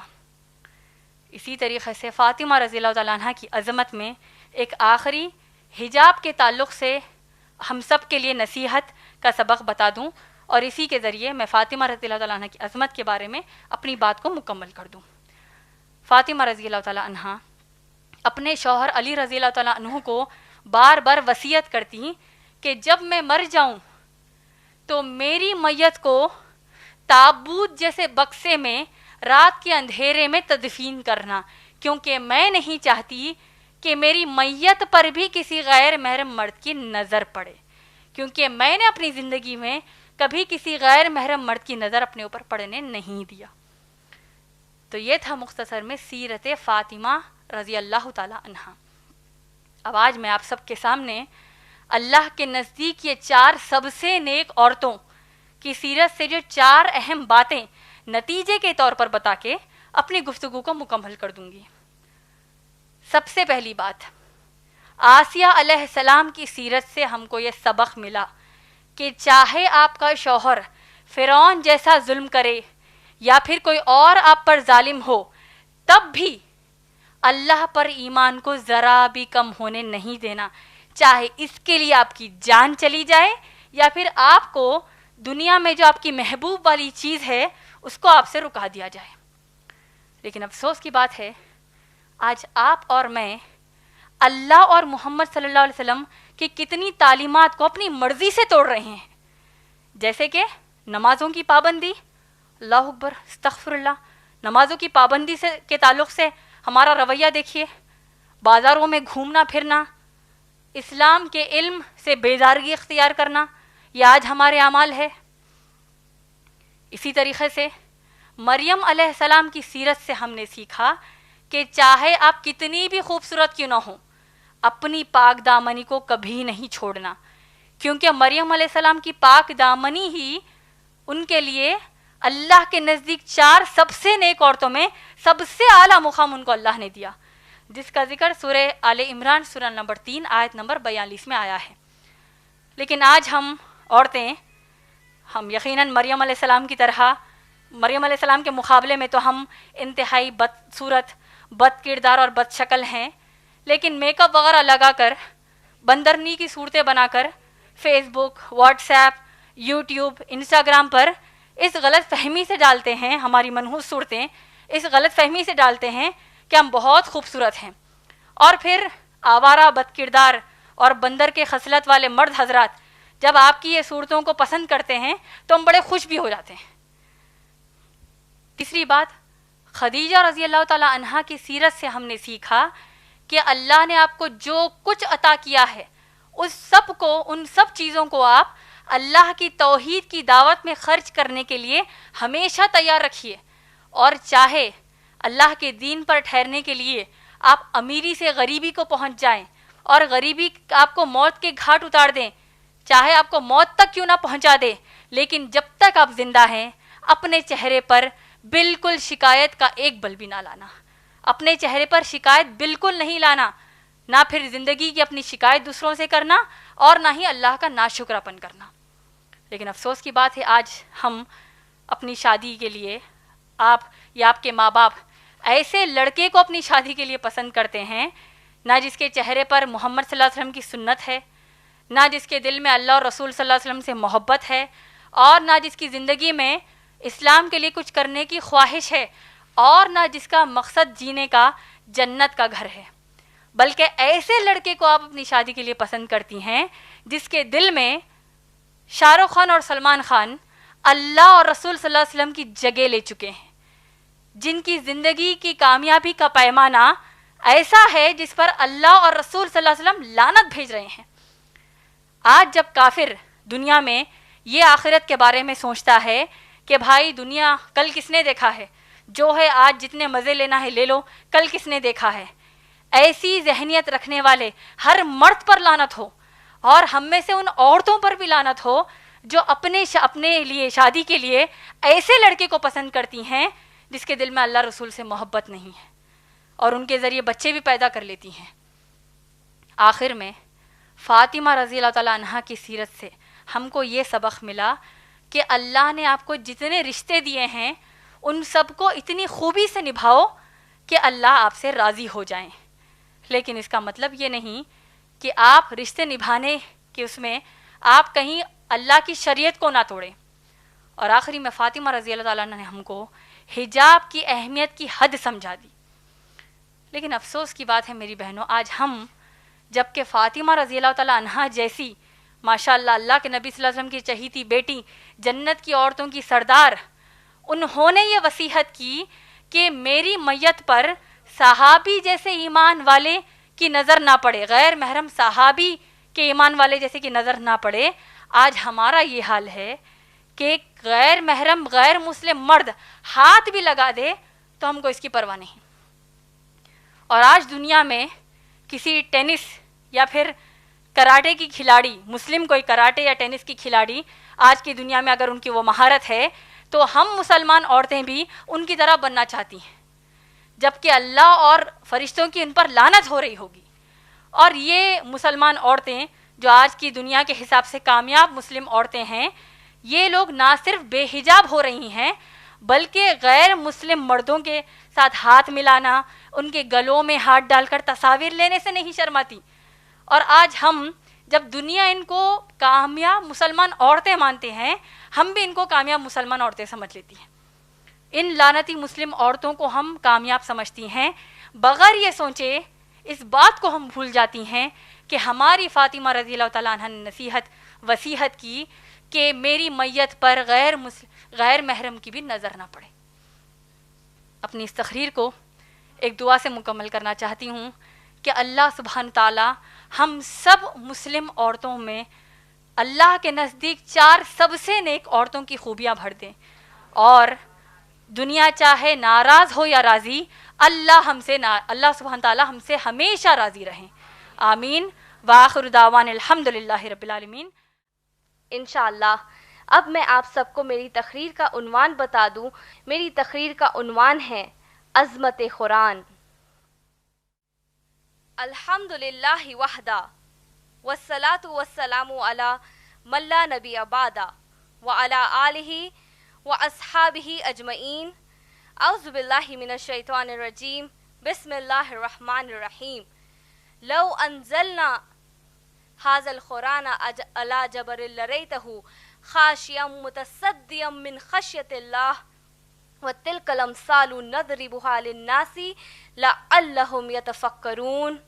اعوذ باللہ من الشیطان الرجیم، بسم اللہ الرحمن الرحیم،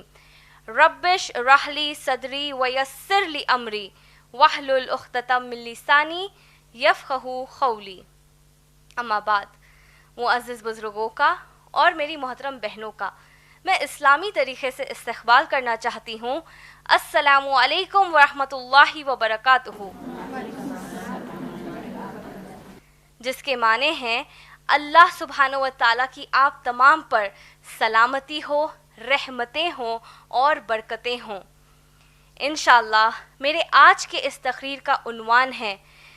عظمت قرآن۔ سبحان اللہ، انسانی فطرت کا تقاضا ہے، یعنی ہیومن ٹینڈنسی ہے کہ ہر انسان بچپن سے بڑا ہوتے ہوئے اپنی زندگی میں انہی چیزوں کو پسند کرتا ہے یا پھر حاصل کرنے کی خواہش رکھتا ہے جو اس نے اپنے قریب کے ماحول میں اپنے سے بڑے والوں کو پسند کرتے دیکھا یا پھر حاصل کرتے دیکھا۔ اگر آپ اور میں ایکسپرٹ سائیکالوجسٹ یعنی ماہرین نفسیات کی بات مانیں تو ان کا کہنا یہ ہے کہ اگر کسی ڈاکو کے بچے کو پڑھنے لکھنے والے بچوں کے بیچ میں رکھ کر بڑا کیا جائے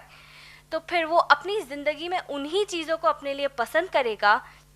جو اس نے اپنے ساتھ والے پڑھے لکھے بچوں کو پسند کرتے دیکھا۔ اور بالکل اسی طرح اگر کسی اچھے پڑھے لکھے گھرانے کے بچے کو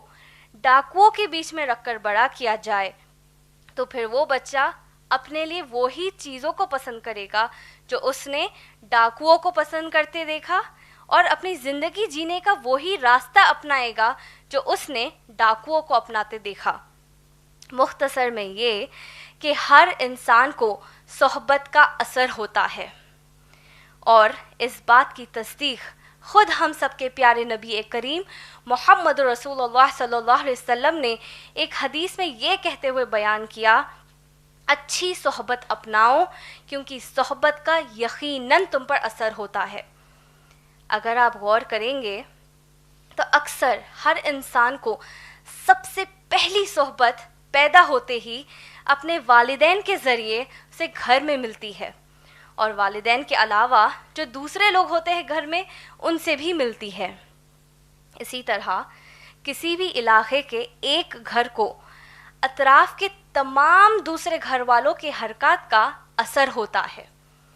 ویسے ہی ایک بستی کو دوسرے بستی کا اثر ہوتا ہے، اور جس قسم کی اور جس خصلت کی جتنی زیادہ بستیاں کسی ایک شہر میں ہوں گی تو پھر اس شہر کے ماحول کا اثر اطراف کے تمام دوسرے شہروں پر پڑتا ہے۔ اسی طرح کسی بھی ریاست کا یعنی کسی بھی اسٹیٹ کے ماحول کا اثر دوسری ریاستوں پر پڑتا ہے، اور جس ریاست کا ماحول یعنی جس اسٹیٹ کا ماحول زیادہ اثر والا ہوگا تو پھر وہی سارے ملک کا یعنی ساری کنٹری کا ماحول بنائے گا، اور پھر اس ملک کے ماحول کا اثر اطراف کے تمام دوسرے ممالک پر پڑتا ہے۔ لہٰذا یہ بات عام سمجھ آتی ہے کہ جو بھی ممالک طاقتور ہوں گے دولت وغیرہ سے تو بآسانی کمزور ممالک والے طاقتور ممالک والوں کی طرح زندگی اپنانے کی کوشش کریں گے، کیونکہ انہیں تو یہی سمجھ میں آئے گا کہ شاید طاقتور ممالک والوں کی طرح زندگی گزارنے میں ہی کامیابی ہے، اور پھر امیر خواہش کرے گا کہ وہ ہمیشہ امیر رہے، طاقتور خواہش کرے گا کہ وہ ہمیشہ طاقتور رہے، اور غریب خواہش کرے گا کہ اس کی غریبی جلد از جلد ختم ہو۔ امیر، طاقتور اور غریب، ان تینوں کی یہ تین خواہش بالکل جائز ہے، لیکن سوال یہ اٹھتا ہے کہ یہ تین طبقے والے انسان اپنی ضروریات کو کس طرح پا سکتے ہیں؟ اگر آپ دیکھیں گے تو انسانوں میں کچھ انسان جس کو دوسرے کئی انسانوں پر اختیار ہوتا ہے، وہ اپنے اپنے علاقوں کے لیے کچھ قانون بناتے ہیں، اور تاکہ ان کی خواہشات بھی پوری ہو اور کمزور لوگوں کی ضروریات بھی پوری ہو۔ لیکن جب ایسے قانون بنانے والے زمین کے الگ الگ حصوں میں بستے ہیں تو پھر ایک زمین کے ایک علاقے والوں کی ضرورت یا خواہش دوسرے علاقے والوں کی ضرورت بن جاتی ہے، اور پھر انسانی تاریخ گواہی دیتی ہے کہ ایک علاقے والے دوسرے علاقے والوں سے اپنی ضروریات اور خواہشات کو پوری کرنے کے لیے ایک دوسرے سے جنگ و جدال کرتے ہیں اور ساری زمین پر خون خرابہ اور فساد برپا کر دیتے ہیں، جس کے بعد دنیا کے ایک ایک کونے میں ناانصافی اور لوٹ مار کا بازار گرم ہو جاتا ہے۔ ایسی جہالت کے ماحول میں امیر غریب کو کچل دیتا ہے، طاقتور کمزور کو کچل دیتا ہے، طاقتور کمزور علاقوں پر قبضہ کر لیتا ہے، اور انسانیت کی تاریخ میں ایک بات جو ہر ماحول میں دیکھی گئی وہ یہ ہے کہ مرد حضرات کی اکثریت عام طور پر عورتوں کی اکثریت سے زیادہ ہوتی ہے،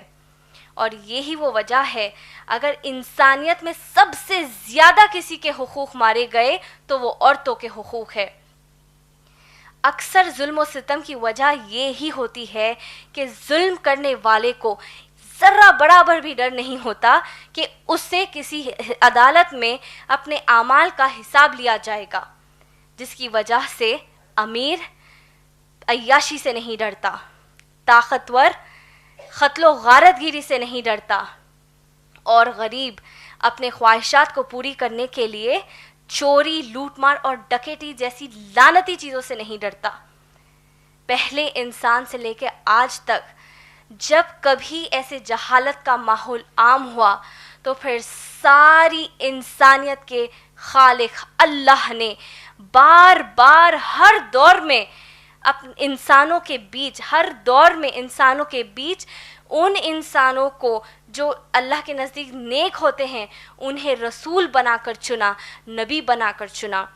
اور ان رسولوں کو اپنے دور میں ہونے والے ناانصافیوں اور ظلم و ستم کو ختم کرنے کے لیے ہدایت کی کتابیں نازل کیں، اور جو ان کتابوں میں علم دیا وہ ایسا علم تھا جو انسان کبھی خود سے جان ہی نہیں سکتے، اور انہیں بتایا کہ ان سب کو پیدا کرنے والا ایک ہی رب اللہ ہے، اور اس سب کو یہ زندگی اور اس زندگی کے خواہشات صرف امتحان لینے کے لیے دی گئی ہیں، جس کے بعد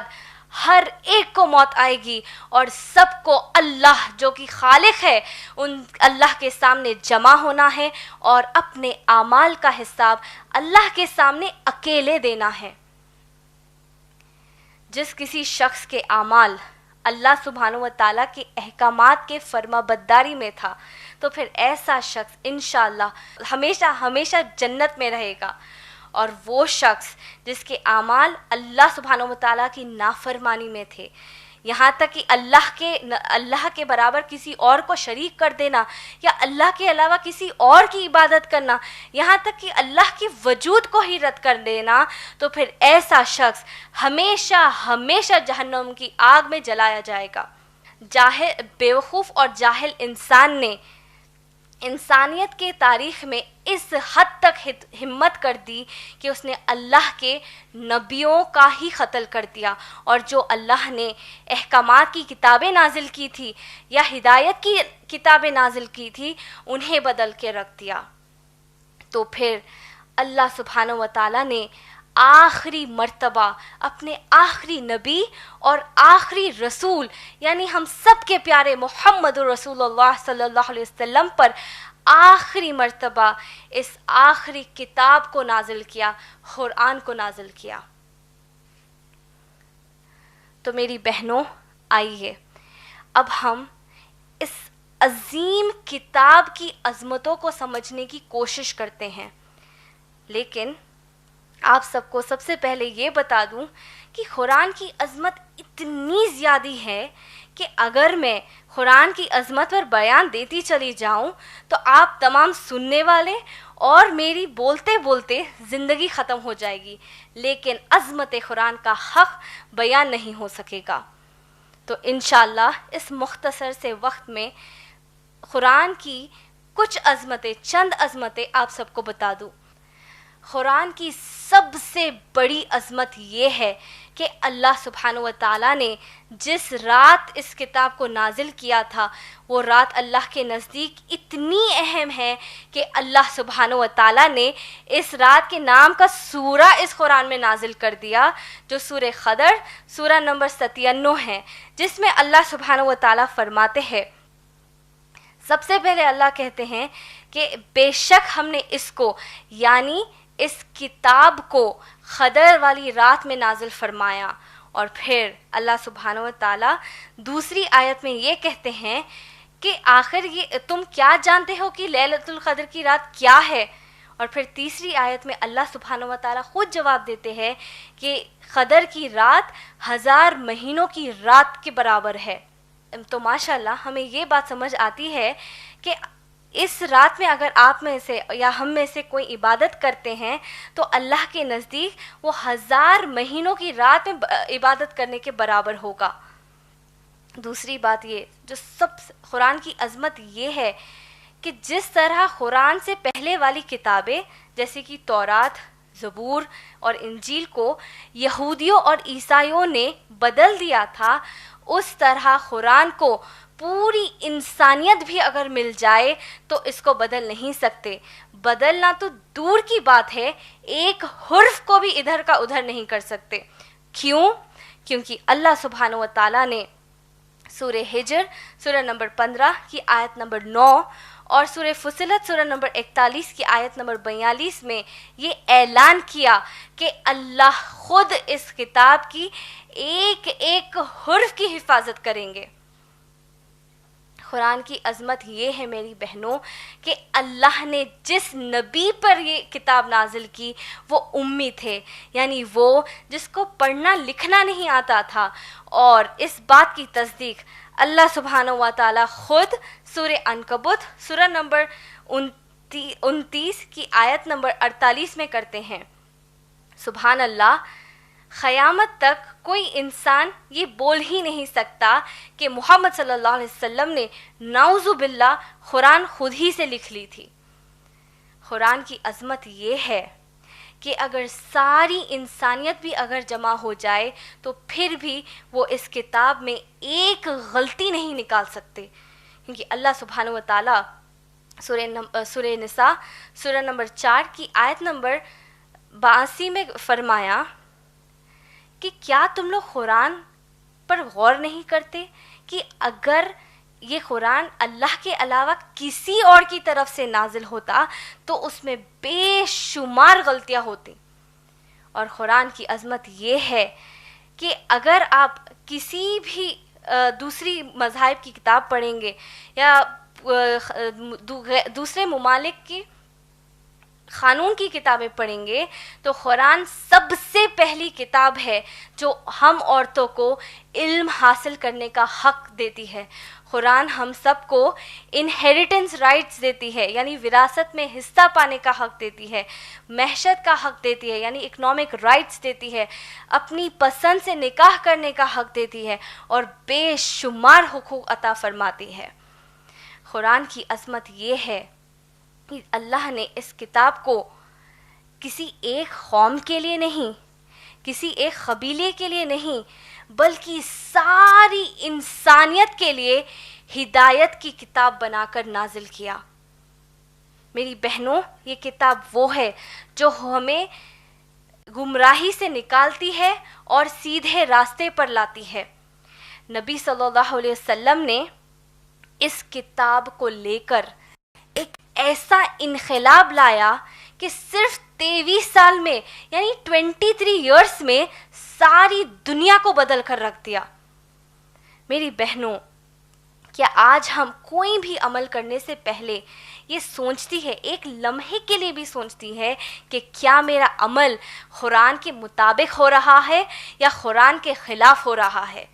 ہم یہ صرف اس لیے نہیں سوچ رہے ہیں کیونکہ ہمارے ذہن سے یہ تصور ہی چلا گیا کہ ہم سب کو موت آئے گی، جس طرح محمد صلی اللہ علیہ وسلم اور صحابہ رضی اللہ تعالی عنہم اجمعین کو اس کتاب کے ذریعے عزت دی، دوبارہ ہم سب کو بھی دیں گے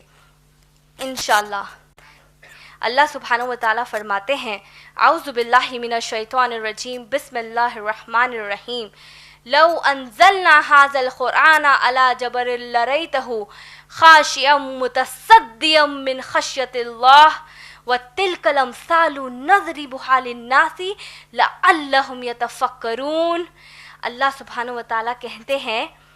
کہ اگر ہم اس قرآن کو کسی مضبوط پہاڑ پر نازل فرماتے تو یہ مضبوط پہاڑ بھی اس قرآن میں موجود اللہ سبحانہ و تعالیٰ کے احکامات کے ڈر سے ٹکڑے ٹکڑے ہو جاتا، یعنی ریزہ ریزہ ہو جاتا۔ اور پھر اللہ سبحانہ و تعالیٰ فرماتے ہیں اے انسان ہم تیرے سامنے یہ مثال اس لیے پیش کر رہے ہیں تاکہ تو اس قرآن کے معاملے میں ذرا عقل سے کام لے۔ وآخر دعوان الحمد للہ رب العالمین۔ میں اللہ کا شکر ادا کرتے ہوئے ہمارے اس پروگرام کے اختتام کا اعلان کرتی ہوں۔ وآخر دعوان الحمد للہ رب العالمین۔